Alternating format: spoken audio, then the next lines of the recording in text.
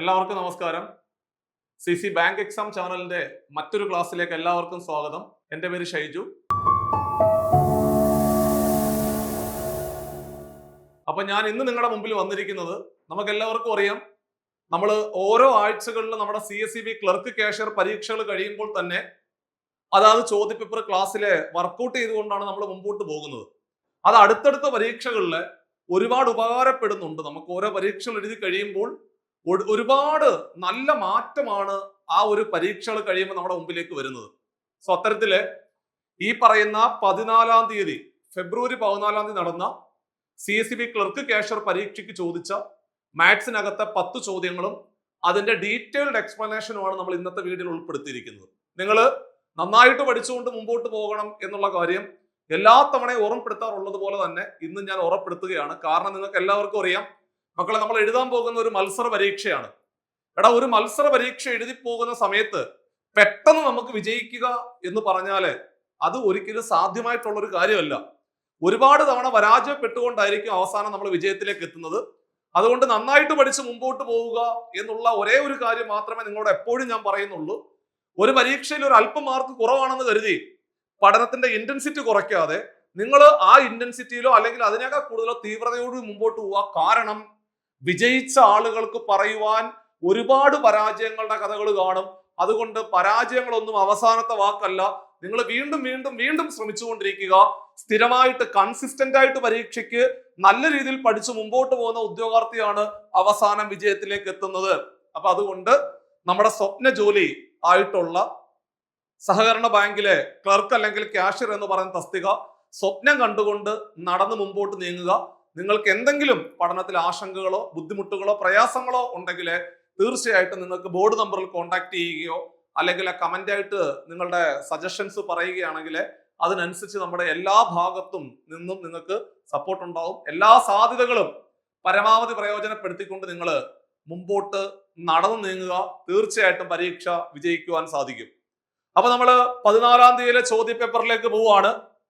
കുഞ്ഞുങ്ങളെ, ഒരുപാട് മാത്സിന് വലിയ പ്രാധാന്യം ഉണ്ടായിരുന്നു. സാധാരണ റീസണിങ് ചോദ്യങ്ങൾക്കാണ് പ്രാധാന്യം കൊടുക്കാറുള്ളത്. പക്ഷേ മാത്സിന് വലിയ പ്രാധാന്യം കൊടുത്ത ഒരു ചോദ്യപേപ്പറാണ് നമ്മൾ 14-ാം തീയതി പരീക്ഷയ്ക്ക് ചോദിച്ചത്. ക്വസ്റ്റ്യൻ പേപ്പറിലെ ഒന്നാമത്തെ ചോദ്യം ദാ പിടിച്ചു.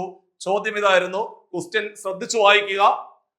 ചോദ്യം 12x - r = 10x + 8 ആണെങ്കിൽ കുഞ്ഞുങ്ങളെ എക്സിന്റെ വില എത്ര, എക്സിന്റെ വില എത്ര എന്നാണ് ചോദ്യം. വളരെ സിമ്പിൾ ക്വസ്റ്റ്യൻ. 12x - 6, 12x - 6 എന്ന് പറയുന്നത് 10x + 8 ആണെന്ന് പറഞ്ഞു. നമ്മൾ എഴുതി വെച്ചു. നമ്മൾ വൃത്തിയായിട്ട് അങ്ങ് എഴുതി വെച്ചു. ഇതാണ് അവര് പറഞ്ഞത്. എക്സുകളെല്ലാം ഒരു സൈഡിലോട്ട് തട്ടിക്കൂ. ഇവിടെ കിടക്കുന്ന 10x എടുത്ത് ഇപ്പുറത്തോട്ട് തട്ടി. അപ്പൊ സ്വാഭാവികമായിട്ടും മൈനസ് ആവും. അവിടെ ഓൾറെഡി 12x കിടപ്പുണ്ട്. അവിടെ കിടന്ന 10x എടുത്ത് ഇപ്പുറത്തോട്ട് തട്ടിയാൽ -10x എന്ന് വരത്തില്ലേ? വരും.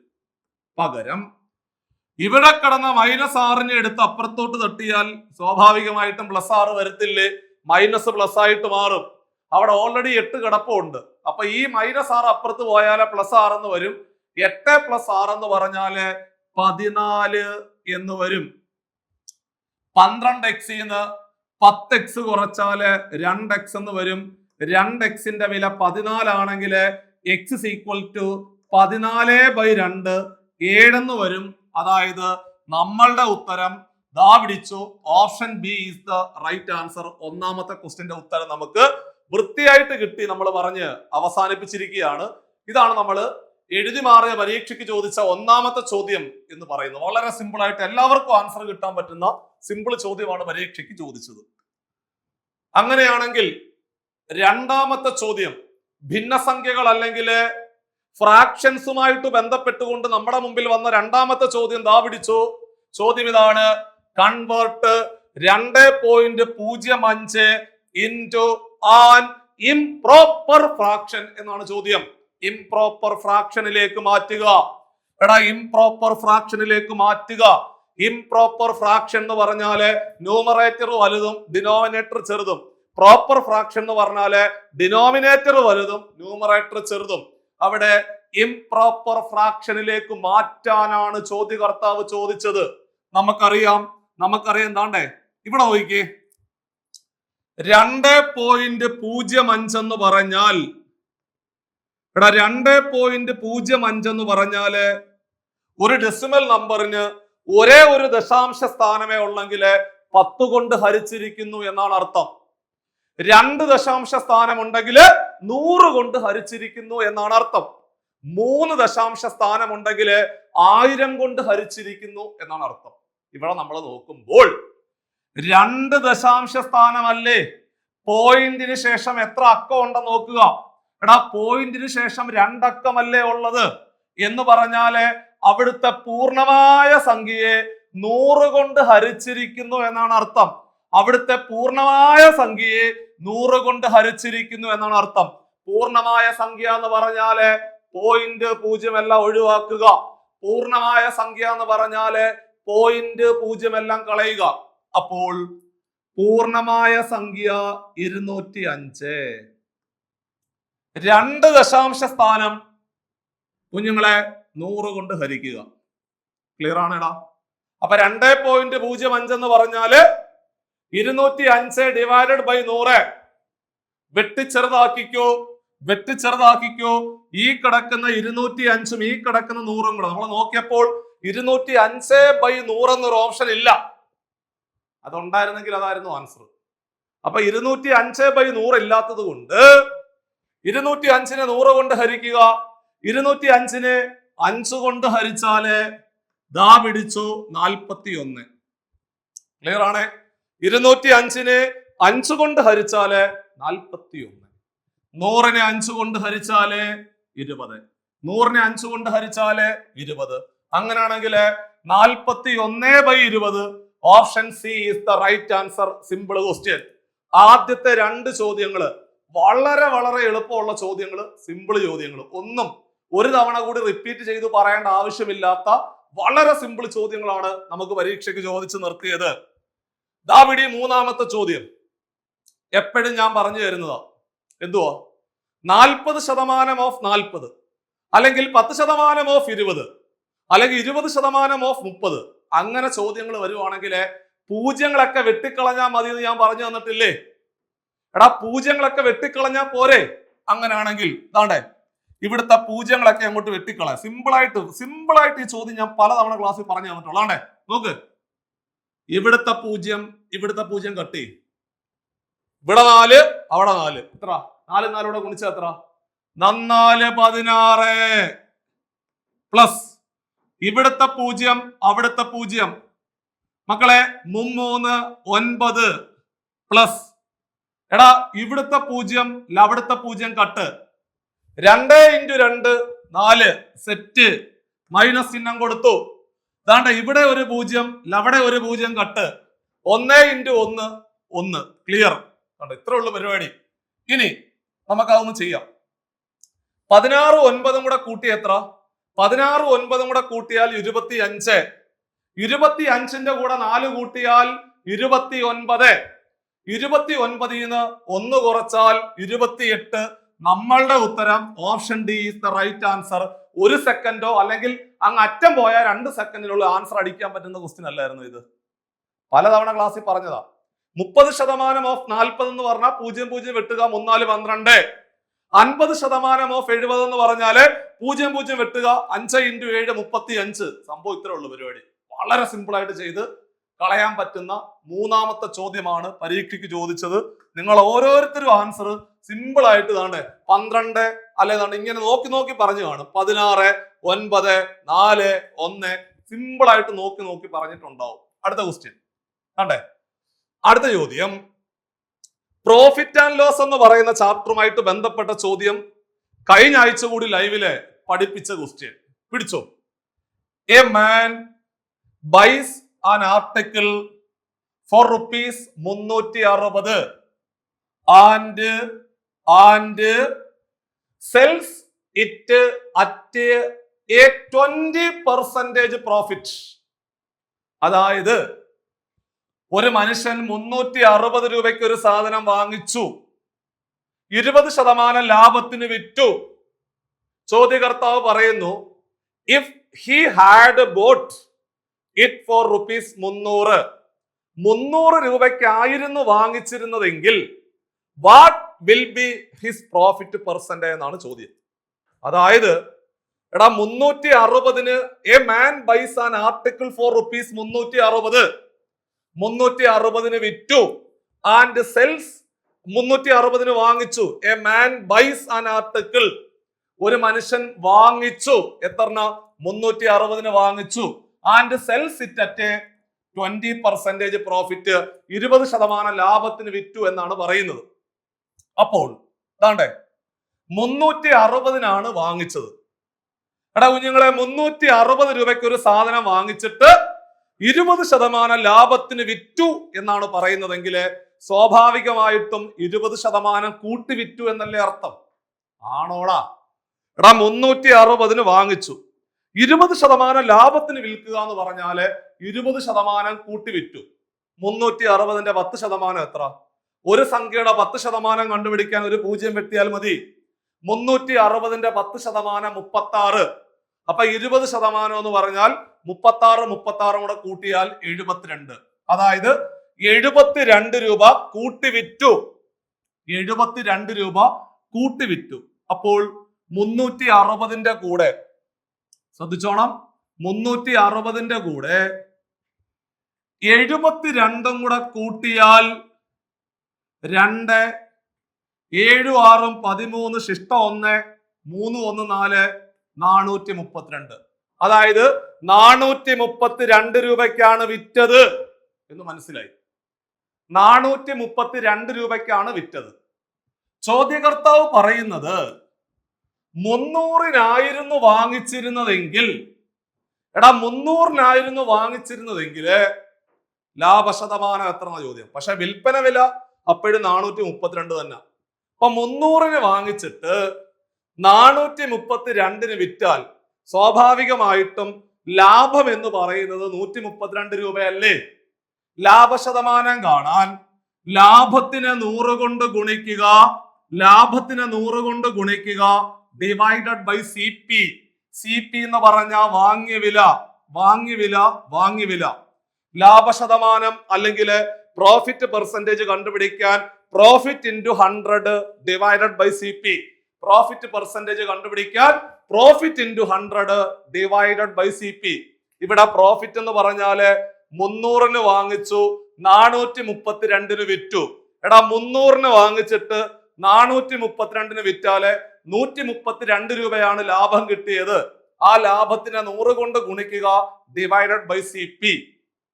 അതാണ്ടേ താഴെ കിടക്കുന്ന 2 പൂജ്യങ്ങളും മേളിൽ കിടക്കുന്ന 2 പൂജ്യങ്ങളും കട്ടായി. 132-നെ 3 കൊണ്ട് ഹരിച്ചാൽ 132-നെ 3 കൊണ്ട് ഹരിച്ചാല് 4, 3, 12 ഇഷ്ട 1. 4, 3, 12 ഉത്തരം 44. Option B is the right answer. Option B ആയിരുന്നു ശരിയായിട്ടുള്ള ഉത്തരം. അപ്പോൾ പ്രോഫിറ്റ് ആൻഡ് ലോസ് എന്ന് പറയുന്ന ചാപ്റ്ററുമായിട്ട് ബന്ധപ്പെട്ടുകൊണ്ട് സ്ഥിരമായിട്ട് പരീക്ഷയ്ക്ക് ചോദിക്കുന്നുണ്ട് പ്രോഫിറ്റ് പെർസെന്റേജ് കണ്ടുപിടിക്കാൻ profit into 100 divided by cost price. Loss percentage കണ്ടുപിടിക്കാൻ loss into 100 divided by cost price. Discount percentage കണ്ടുപിടിക്കാൻ discount into 100 divided by marked price. ഈ 3 ഇക്വേഷൻ നിങ്ങൾ വൃത്തിയായിട്ട് ഓർത്തിരുന്നോണം. ഇതുമായിട്ട് ബന്ധപ്പെട്ട ചോദ്യങ്ങൾ പരീക്ഷയ്ക്ക് ചോദിക്കാൻ ചാൻസ് വളരെ കൂടുതലാണ്. പ്രോഫിറ്റ് ആൻഡ് ലോസ് എല്ലാ ഷിഫ്റ്റിലും ഉണ്ടായിരുന്നു എന്നുള്ളതാണ് വസ്തുത. അടുത്ത ക്വസ്റ്റ്യൻ ഇതാണ്. വയസ്സെന്ന് പറയുന്ന ചാപ്റ്ററുമായിട്ട് ബന്ധപ്പെട്ട ചോദ്യം ഇതാണ്. Ratio of present ages of A and B is 5:7, 5:7. 10 വർഷത്തിന് ശേഷം ആഫ്റ്റർ 10 years ഇറ്റ് ബിക്കംസ് 3:4. 3:4 മാറും. അങ്ങനെയാണെങ്കിൽ ബിയുടെ ഇപ്പോഴത്തെ വയസ്സ് എത്ര? ബിയുടെ ഇപ്പോഴത്തെ വയസ്സ് എത്ര എന്ന ചോദ്യം. അതാണ്ട് നമ്മൾ ചെയ്യേണ്ട പരിപാടി ഞാൻ പലതവണ പറഞ്ഞു തന്നിട്ടുണ്ട്. എ ഉണ്ട്, അതേപോലെ ബി ഉണ്ട്, എഴുതി വെച്ചു. എ ഉണ്ട്, ബി ഉണ്ട്, എഴുതി വെച്ചു. ഇനി കാലഘട്ടങ്ങൾ അതാണ്ടേ. ഒന്ന് ഇപ്പോഴത്തെ കാര്യം പറയുന്നുണ്ട്, പിന്നെ പറയുന്നത് 10 വർഷത്തിന് ശേഷമുള്ള കാര്യമാണ് പറയുന്നത്. ഒന്ന് ഇപ്പോൾ, എടാ ഇപ്പോൾ എന്ന് പറഞ്ഞാൽ നൗ. രണ്ടാമത് പറയുന്നത് 10 വർഷത്തിന് ശേഷം, ആഫ്റ്റർ 10 ഇയേഴ്സ്. 10 വർഷത്തിന് ശേഷമുള്ള കാര്യമാണ് രണ്ടാമതായിട്ട് പറയുന്നത്. 10 വർഷത്തിന് ശേഷമുള്ള കാര്യമാണ് രണ്ടാമത് പറയുന്നത്. ഇനി ഇപ്പോഴത്തെ അംശബന്ധം എന്ന് പറയുന്നത് 5 അംശബന്ധം 7. ഇപ്പോഴത്തെ അംശബന്ധം 5 അംശബന്ധം 7 ആണെന്ന് പറഞ്ഞു, വൃത്തിയായിട്ട് എഴുതി വെച്ചു. 10 വർഷത്തിന് ശേഷം അത് 3 അംശബന്ധം 4 എന്ന് പറഞ്ഞു, എഴുതി വെച്ചു. ഇത്രയും കാര്യം ക്ലിയർ ആണോ? അതായത് എ ഉണ്ട്, ബി ഉണ്ട്. ആദ്യം പറഞ്ഞത് ഇപ്പോഴത്തെ കാര്യം എഴുതി വെച്ചു, 10 വർഷത്തിന് ശേഷമുള്ള കാര്യം രണ്ടാമത് എഴുതി വെച്ചു, സെറ്റ് ചെയ്തു, 4 സംഖ്യകൾ കിട്ടി. എടാ എപ്പോഴും മുകളിൽ കിടക്കുന്ന 2 സംഖ്യകളുടെ കൂടെ എപ്പോഴും എക്സ് എന്ന് എഴുതി വെച്ചേക്കണം. എന്തോ പറഞ്ഞത്? മുകളിൽ കിടക്കുന്ന 2 സംഖ്യകളുടെ കൂടെ എപ്പോഴും വെറുതെ എക്സ് എന്ന് എഴുതി വെക്കുക. ഒന്നും കൂടെ, നിങ്ങൾ ഇങ്ങനെ 4 സംഖ്യകൾ അറേഞ്ച് ചെയ്തതിന് ശേഷം മുകളിൽ കിടക്കുന്ന 2 സംഖ്യകളുടെ കൂടെ വെറുതെ എക്സ് എന്ന് എഴുതി വെക്കുക. ഇനി ആ എക്സ് കണ്ടുപിടിക്കാനുള്ള എളുപ്പ വഴി ദാ പിടിച്ചു. എക്സ് കണ്ടുപിടിക്കാനുള്ള എളുപ്പ വഴി ദാണ്ടേ, ഇവിടെ കിടക്കുന്ന 2 സംഖ്യകൾ തമ്മിൽ ഉള്ള ആ ഒരു ഗ്യാപ്പ് പരിഗണിക്കണം. ഒന്നുമില്ലടാ, ഇവിടെ കിടക്കുന്ന 2 സംഖ്യകൾ അങ്ങ് കൂട്ടിയാൽ മതി. ഇവിടെ മുകളിൽ സംഖ്യ ഒന്നും ഇല്ല, നൗ എന്നാ കിടക്കുന്നത്. താഴെ 10 കിടപ്പുണ്ട്, അപ്പൊ 10 ആണ്. ഇവിടെ മുകളില് ഒരു 4 വർഷത്തിന് മുമ്പ്, താഴെ 10 വർഷത്തിന് ശേഷം, അപ്പൊ 4ഉം 10ഉം 14. അപ്പോൾ ഇവിടെ കിടക്കുന്ന സംഖ്യകൾ തമ്മിൽ കൂട്ടുക. ഇവിടെ ഒന്നുമില്ല, അപ്പോൾ 10 എഴുതിയോ? ഇനി താഴെയുള്ള 2 സംഖ്യകൾ തമ്മിൽ കുറയ്ക്കുക. എടാ പിള്ളേരെ, താഴെയുള്ള 2 സംഖ്യകൾ തമ്മിൽ കുറയ്ക്കണം. 3 4 കുറച്ചാൽ എത്ര? 3 4 കുറച്ചാൽ -1. താഴെയുള്ള 2 സംഖ്യകൾ തമ്മിൽ കുറയ്ക്കുക. 3 4 കുറച്ചാൽ -1. ഇതാണ്ടേ, ഡിവൈഡഡ് ബൈ. ക്രോസ് ആയിട്ട് ഗുണിക്കുക, മൈനസ് ചെയ്യുക. ക്രോസ് ആയിട്ട് ഗുണിക്കുക, മൈനസ് ചെയ്യുക. ക്രോസ് ആയിട്ട് ഗുണിക്കുക, മൈനസ് ചെയ്യുക. ക്രോസ് ആയിട്ട് ഗുണിക്കുക, മൈനസ് ചെയ്യുക. 5ഉം 4ഉം കൂടെ ഗുണിച്ചാൽ എത്ര? എടാ 5ഉം 4ഉം കൂടെ ഗുണിച്ചാൽ 20 അല്ലേ? മൈനസ് 7 × 3 21 അല്ലേ? 20 - 21. 20 - 21. 20 21 കുറച്ചാൽ ദാ പിടിച്ചു -1. ഒന്നുകൂടെ പറയാം, ശ്രദ്ധിച്ചു കേട്ടോണേ. ആദ്യം ചെയ്യേണ്ടത് ഇവിടെ കിടക്കുന്ന 2 സംഖ്യകൾ തമ്മിൽ കൂട്ടണം. തെറ്റാണോ? ഇതിനു ശേഷം താഴെയുള്ള 2 സംഖ്യകൾ തമ്മിൽ കുറയ്ക്കുക. താഴെയുള്ള 2 സംഖ്യകൾ തമ്മിൽ കുറയ്ക്കുക. ഡിവൈഡഡ് ബൈ ക്രോസ് ആയിട്ട് ഗുണിക്കുക, കുറയ്ക്കുക. ക്രോസ് ആയിട്ട് ഗുണിക്കുക, കുറയ്ക്കുക. ക്രോസ് ആയിട്ട് ഗുണിക്കുക, കുറയ്ക്കുക. 5ഉം 4ഉം കൂടെ ഗുണിച്ചാൽ 20. 7ഉം 3ഉം കൂടെ ഗുണിച്ചാൽ 21. 20 - 21. താഴെ -1. താഴെ കിടക്കുന്ന -1, മേളിൽ കിടക്കുന്ന -1 കട്ട് ചെയ്തു. എടാ കുഞ്ഞുങ്ങളെ, എക്സിന്റെ വില നമുക്ക് 10 എന്ന് കിട്ടി. എക്സിന്റെ വില 10, എക്സിന്റെ വില 10, എക്സിന്റെ വില 10. എന്നിട്ട് ചെയ്യേണ്ട പരിപാടി അത് അങ്ങോട്ട് ഇട്ട് കൊടുക്കുക. ആണ്ടേ, 5x എന്ന് പറഞ്ഞാൽ 5 × 10 50. ക്ലിയർ ആണേ? 5x എന്ന് പറഞ്ഞാൽ 5 × 10 50. അതേപോലെ എടാ 7x എന്ന് പറഞ്ഞാല് 7 × 10. 7 × 10 എന്ന് പറഞ്ഞാല് 70 ആണേ. ഇനി ചോദ്യം ചോദിക്കുന്നത് ശ്രദ്ധിച്ചു കേൾക്കണം. എയുടെ ഇപ്പോഴത്തെ വയസ്സ് എത്ര എന്ന് ചോദിച്ചാൽ 50. എയുടെ ഇപ്പോഴത്തെ വയസ്സ് 50. ബിയുടെ ഇപ്പോഴത്തെ വയസ്സ് 70. എയുടെ ഇപ്പോഴത്തെ വയസ്സ് 50, ബിയുടെ ഇപ്പോഴത്തെ വയസ്സ് 70. ചോദ്യകർത്താവ് ചോദിച്ചത് ബിയുടെ ഇപ്പോഴത്തെ വയസ്സ് എത്ര? ബിയുടെ ഇപ്പോഴത്തെ വയസ്സ് എത്ര? ബിയുടെ ഇപ്പോഴത്തെ വയസ്സ് 70. ബിയുടെ ഇപ്പോഴത്തെ വയസ്സ് 70. ബിയുടെ ഇപ്പോഴത്തെ വയസ്സ് 70. Option A is the right answer. Simple പരിപാടി. വയസ്സെന്ന് പറയുന്ന ചാപ്റ്ററുമായിട്ട് ബന്ധപ്പെട്ടുകൊണ്ട് ഇത്തരത്തിലെ റേഷ്യോ അംശബന്ധത്തിന്റെ ചോദ്യങ്ങൾ പരീക്ഷയ്ക്ക് വരികയാണെങ്കിൽ ഇത്തരത്തിലെ പെട്ടെന്ന് ആൻസറിലേക്ക് എത്തണം. വളരെ പ്രധാനപ്പെട്ട ചോദ്യമാണ് ക്ലാസ്സിൽ പറഞ്ഞ് അവസാനിപ്പിച്ചത്. ആറാമത്തെ ക്വസ്റ്റ്യൻ ദാ പിടിച്ചു. ശരാശരി അല്ലെങ്കിൽ ആവറേജ് എന്ന് പറയുന്ന ടോപ്പിക്കുമായിട്ട് ബന്ധപ്പെട്ടുകൊണ്ട് സ്ഥിരമായിട്ട് പരീക്ഷയ്ക്ക് ചോദിക്കുന്ന വളരെ വളരെ പ്രധാനപ്പെട്ട ചോദ്യമാണ് ക്ലാസ്സിൽ പറയാം. അപ്പൊ ചോദ്യം ഇതാണ്. The average of the marks obtained in mathematics examination in A school is 58 in division A, 66 in division B, 62 in division C. The number of students in divisions are 22, 26, 24 respectively. Find the overall average എന്നാണ് ചോദ്യം. Division എയുടെ average 58, division ബിയുടെ average 66, division സിയുടെ average 62. ഓരോ division എയിൽ 22 പിള്ളേരുണ്ട്, division ബിയിലെ 26 പിള്ളേരുണ്ട്, ഡിവിഷൻ സിയിലെ 24 പിള്ളേര് ഉണ്ട്. സോ നമ്മൾ പലതവണ ക്ലാസ്സിൽ പറഞ്ഞു തന്നിട്ടുള്ളതാണ്, ഇങ്ങനെ കമ്പൈൻഡ് ആയിട്ടുള്ള ആവറേജ് ചോദിക്കുമ്പോൾ അവിടുത്തെ ഇത്ര, ഇവിടുത്തെ ഇത്ര, ഇവിടുത്തെ ഇത്ര, കമ്പൈൻഡ് ആവറേജ് കണ്ടുപിടിക്കാൻ ചോദിച്ചാൽ നിങ്ങൾക്ക് എല്ലാവർക്കും അറിയാം average is equal to sum divided by total ആണോളോ? Average is equal to sum divided by total. അവിടുന്ന് sum is equal to average into എണ്ണം, sum is equal to average into എണ്ണം. സോ അങ്ങനെയാണെങ്കിൽ ടോട്ടൽ ആവറേജ് കണ്ടുപിടിക്കാൻ total sum divided by total number. Total average is equal to total sum divided by total number. അപ്പൊ നമുക്ക് ഓരോ ഭാഗത്തെയും sum കണ്ടുപിടിക്കാം. എന്നിട്ട് ഓരോ ഭാഗത്തെയും സമ്മ് കണ്ടുപിടിച്ചിട്ട് അതെല്ലാം കൂടെ കൂട്ടുവാണെങ്കിൽ ടോട്ടൽ സമ്മ് കിട്ടും. അതിനെ ടോട്ടൽ എണ്ണം കൊണ്ട് ഹരിക്കുവാണെങ്കിൽ നമുക്ക് ടോട്ടൽ ആവറേജ് കിട്ടും. അങ്ങനാണെങ്കിൽ ഓരോ ഭാഗത്തെയും സമ്മ് കണ്ടുപിടിക്കാം. സമ്മ് കണ്ടുപിടിക്കാൻ ആവറേജും നമ്പറും കൂടെ ഗുണിച്ചാൽ മതി. അപ്പോൾ ആവറേജ് 58, എണ്ണം 22.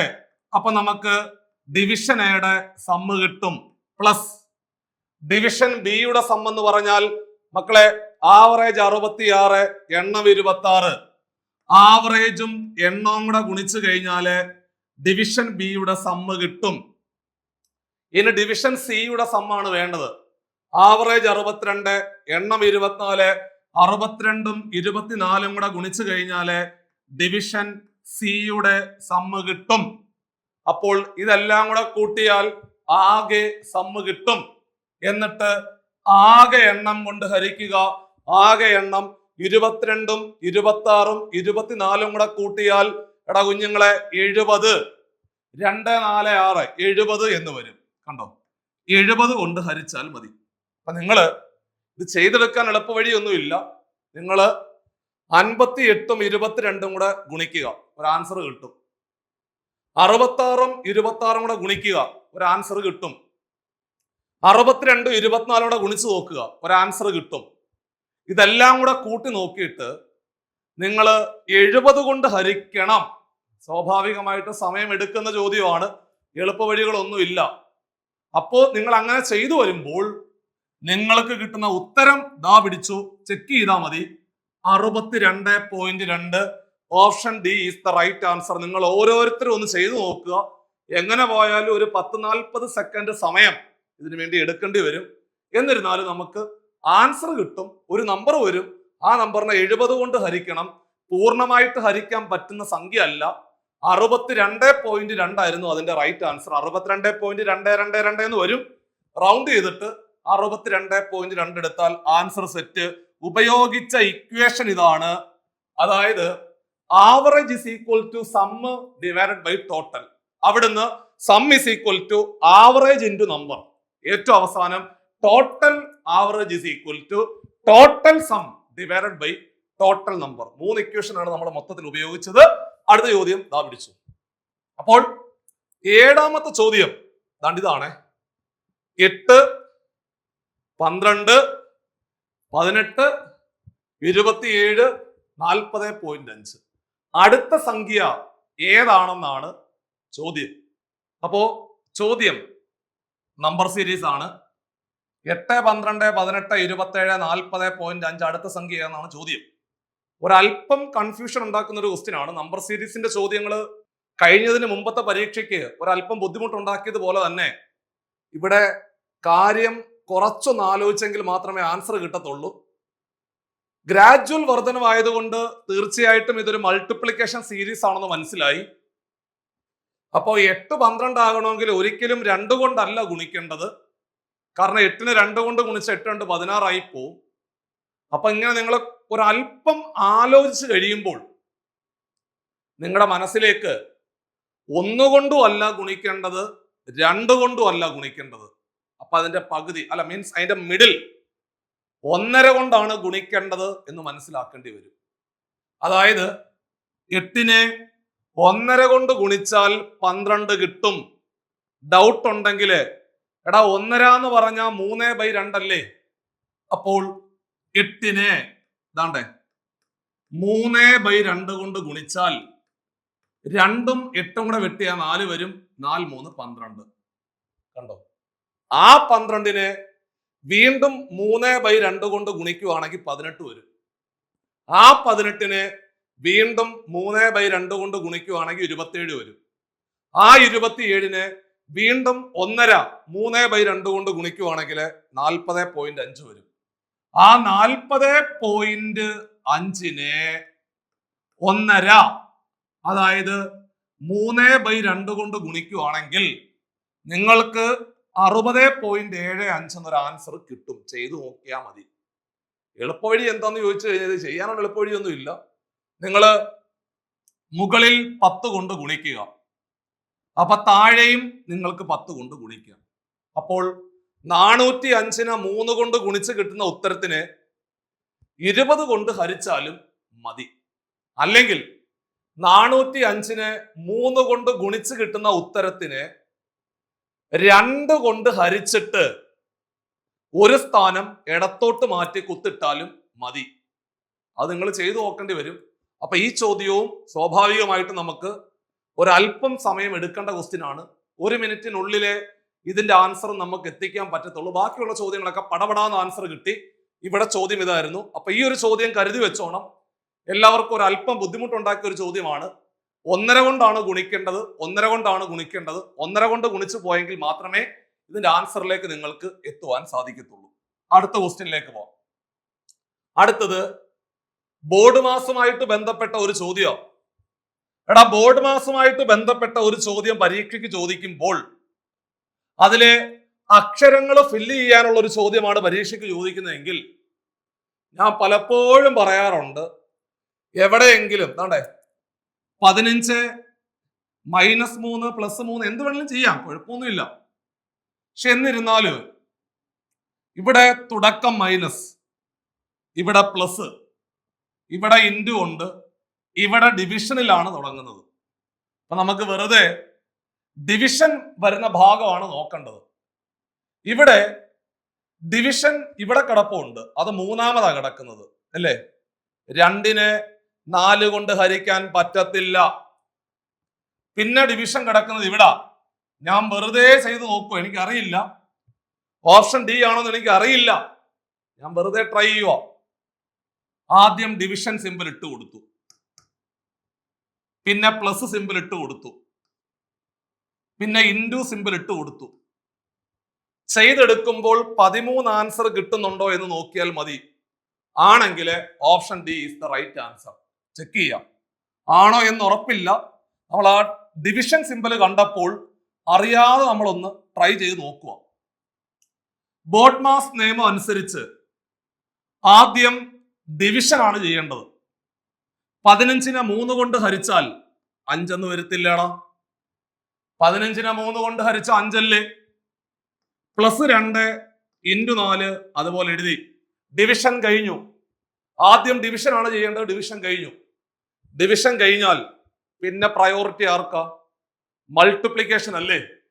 മൾട്ടിപ്ലിക്കേഷന് പ്രയോറിറ്റി കൊടുക്കുക. 5 പ്ലസ് 2 × 4 8, 5ഉം 8ഉം കൂടെ കൂട്ടിയാൽ 13. എടാ കിട്ടിയോ? 13 കിട്ടി. അപ്പൊ ഉറപ്പിച്ചു option D is the right answer. തെറ്റാണോ? അപ്പൊ ആദ്യം ചെയ്യേണ്ട ഡിവിഷൻ, പിന്നെ മൾട്ടിപ്ലിക്കേഷൻ, അഡീഷൻ, സബ്ട്രാക്ഷൻ. അപ്പോൾ ഡിവിഷൻ എവിടെങ്കിലും ഓപ്ഷനകത്ത് ഉണ്ടെങ്കിൽ അതൊന്ന് സെറ്റ് ആകുന്ന രീതിയിലുള്ള ഓപ്ഷൻ നിങ്ങൾ നോക്കിയെടുത്താൽ മതിയാകും. ഓപ്ഷൻ ഡി ആയിരുന്നു അതിന്റെ റൈറ്റ് ആൻസർ എന്ന് പറയുന്നത്. 9ാമത്തെ ചോദ്യം. രാവിലെ 7 മണിക്ക് രവി നടക്കുന്നു. നിഴല് വീഴുന്നത് റൈറ്റില്. Shadow falls to his right. അങ്ങനാണെങ്കിൽ in which direction is he walking?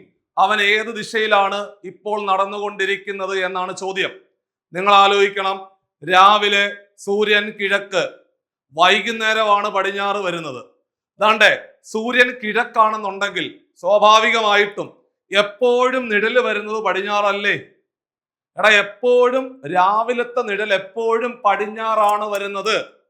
അപ്പൊ നിങ്ങൾ നോക്കണം, അവൻ വടക്കോട്ടാണോ പോകുന്നത്, അതോ തെക്കോട്ടാണോ, അതോ പടിഞ്ഞാറോട്ടാണോ, അതോ കിഴക്കോട്ടാണോ നടക്കുന്നത് ആലോചിക്കണം.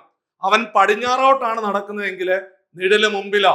അവൻ കിഴക്കോട്ടാണ് നടക്കുന്നതെങ്കിൽ നിഴല് പിറകിലാ. അവൻ വടക്കോട്ടാണ് നടക്കുന്നതെങ്കിൽ സ്വാഭാവികമായിട്ടും നിഴല് ലെഫ്റ്റിലാണ്. ലെഫ്റ്റിലാണ്, ഇടതാണ്, ലെഫ്റ്റിലാണ്. അപ്പോ അതാണ്ടേ അവൻ തെക്കോട്ടാണ് നടക്കുന്നതെങ്കിൽ ഉറപ്പിച്ചോ നിഴല് വലത്. അപ്പൊ നിഴല് വലത് വന്നു എന്നല്ലേ പറയുന്നത്. അപ്പൊ ഉറപ്പിക്കാം ആ വ്യക്തി തെക്കോട്ട് തന്നെയാണ് നടക്കുന്നത്.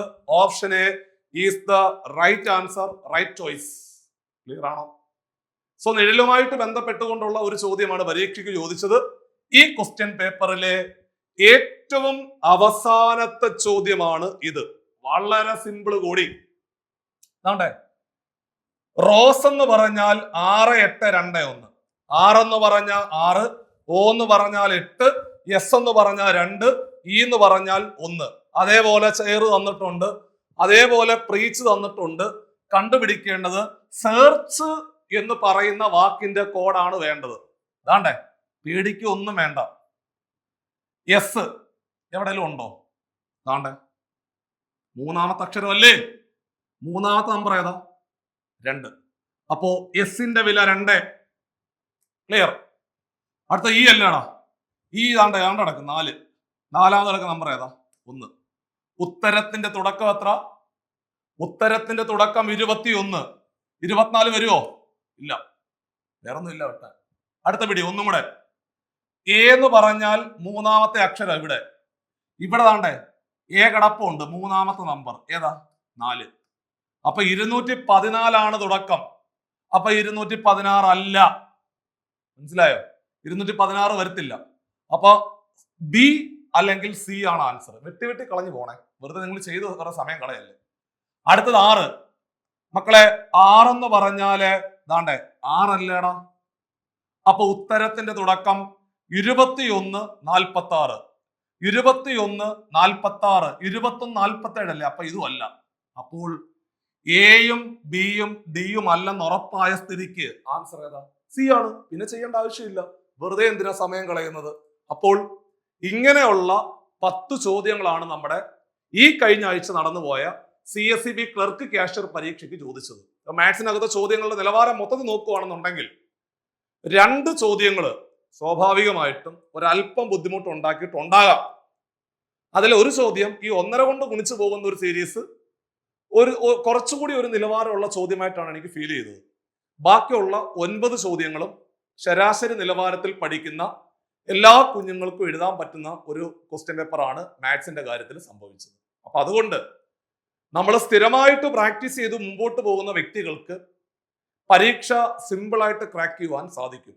സോ നിങ്ങളെ സഹായിക്കുവാൻ വേണ്ടിയിട്ട് പുതിയ പരീക്ഷകളുടെ നോട്ടിഫിക്കേഷൻ മുമ്പിൽ കണ്ടുകൊണ്ട് CCയിലെ നമ്മൾ ഈ പറയുന്ന 6 മാസത്തെ ബാച്ചുകൾ 6 മാസം കൊണ്ട് സഹകരണ ബാങ്ക് പരീക്ഷയിലെ ക്ലർക്ക് കാഷ്യർ തസ്തികകൾക്ക് വേണ്ടി തയ്യാറെടുക്കുന്ന ഉദ്യോഗാർത്ഥികൾക്ക് തുടക്കം മുതൽ അവസാനം വരെയുള്ള ഭാഗങ്ങൾ ഡീറ്റെയിൽഡ് ആയിട്ട് പരിചയപ്പെടുത്തുന്ന രീതിയിലുള്ള ഏറ്റവും പ്രധാനപ്പെട്ട ബാച്ചുകളാണ് നമ്മൾ തുടങ്ങുന്നത്. അത്തരം ബാച്ചുകളിലേക്ക് നിങ്ങളെ തുടക്കം മുതൽ അഡ്മിഷൻ എടുത്തുകൊണ്ട് വളരെ ഭംഗിയായിട്ട് ഒരു മെന്റർഷിപ്പോട് കൂടി ഒരു മെന്റർ കൃത്യമായിട്ട് നിങ്ങളെ ഈ ഓരോ ദിവസവും എന്തൊക്കെയാണ് പഠിപ്പിക്കേണ്ടത് അല്ലെങ്കിൽ പഠിക്കേണ്ടത് എന്നതുൾപ്പെടെയുള്ള കംപ്ലീറ്റ് കാര്യങ്ങൾ നിങ്ങൾക്ക് പറഞ്ഞു തരും. അതിന്റെ നോട്ട് അയച്ചു തരും. അതിന്റെ ലൈവ് ക്ലാസ്സുകൾ അറേഞ്ച് ചെയ്തു തരും. അത്തരത്തിലെ സിസ്റ്റമാറ്റിക് ആയിട്ട് ഓരോ ദിവസങ്ങളും കൃത്യമായിട്ട് പ്ലാൻ ചെയ്തുകൊണ്ട് ഈ പറയുന്ന പരീക്ഷ നിങ്ങൾക്ക് ക്ലിയർ ചെയ്യുവാൻ ഒരു 6 മാസത്തെ സമയം മാത്രം മതിയാവും. അത്തരത്തിലെ 6 മാസത്തെ പ്രിപ്പറേഷനോട് കൂടിയ നമ്മുടെ CSEB ഫൗണ്ടേഷൻ ബാച്ച് 6 മാസം കൊണ്ട് സിലബസ് പൂർത്തീകരിക്കുന്ന രീതിയിൽ 6 മന്ത് കോഴ്സുകൾ നമ്മൾ സ്റ്റാർട്ട് ചെയ്തിട്ടുണ്ട്. നിങ്ങൾക്ക് ആ ബോർഡ് നമ്പറിൽ കോൺടാക്ട് ചെയ്തുകൊണ്ട് ഏറ്റവും പുതിയ 6 മാസത്തെ ബാച്ചിൽ അഡ്മിഷൻ എടുത്തുകൊണ്ട് അടുത്ത സഹകരണ ബാങ്കിലെ ക്ലർക്ക് കാഷ്യർ പരീക്ഷകൾക്ക് നിങ്ങൾക്ക് വലിയ ആത്മവിശ്വാസത്തോടെ നേരിടാവുന്നതാണ്. ഏറ്റവും മികച്ച മെന്റർഷിപ്പോട് കൂടിയ ബാച്ചുകളിലേക്ക് അഡ്മിഷൻ എടുക്കാൻ ബോർഡ് നമ്പറിൽ കോൺടാക്ട് ചെയ്യുക. 2026, 2027 എന്ന് പറയുന്ന ഈ ഒരു വർഷം നിങ്ങളുടെ ജീവിതത്തിലെ നിങ്ങളുടെ ആ സ്വപ്ന ജോലി സഹകരണ ബാങ്കിലെ ആ ഒരു സ്വപ്ന ജോലി യാഥാർത്ഥ്യമാക്കുവാനുള്ള വലിയൊരു അവസരങ്ങളാണ് ഓരോ മാസങ്ങൾ കഴിയുമ്പോൾ നമ്മുടെ മുമ്പിൽ വരുന്ന പരീക്ഷകൾ. അപ്പൊ നിങ്ങൾ എല്ലാം ശരിയായതിനു ശേഷം എല്ലാ കാര്യങ്ങളും ക്ലിയർ ആയതിനു ശേഷം പഠിച്ചു തുടങ്ങാം എന്ന് വിചാരിച്ചു കഴിഞ്ഞാൽ ആ സമയത്ത് ഒന്നുകിൽ നമ്മുടെ മുമ്പിൽ നോട്ടിഫിക്കേഷൻ വരത്തില്ല, അല്ലെങ്കിൽ ഏജ് കഴിഞ്ഞു പോകും. അപ്പൊ അതുകൊണ്ട് കിട്ടുന്ന സമയങ്ങൾ പരമാവധി ഇത്തരം നോട്ടിഫിക്കേഷൻ വരുമ്പോൾ തന്നെ വൃത്തിയായിട്ട് പഠിച്ചുകൊണ്ട് മുമ്പോട്ട് പോവുക. നാളെയുടെ നല്ല നിമിഷങ്ങൾ ഈ പറയുന്ന നിങ്ങളുടെ സ്വപ്ന ജോലിയോടുകൂടി യാഥാർത്ഥ്യമാക്കാനുള്ള വലിയ അവസരങ്ങളാണ് മുമ്പിൽ വന്നിരിക്കുന്നത്. അപ്പൊ നമുക്ക് മറ്റൊരു സെഷനുമായിട്ട്, അതായത് അടുത്ത ചോദ്യപേപ്പറുമായിട്ട് നമുക്ക് അടുത്ത ക്ലാസ്സിൽ കാണാം. ബൈ.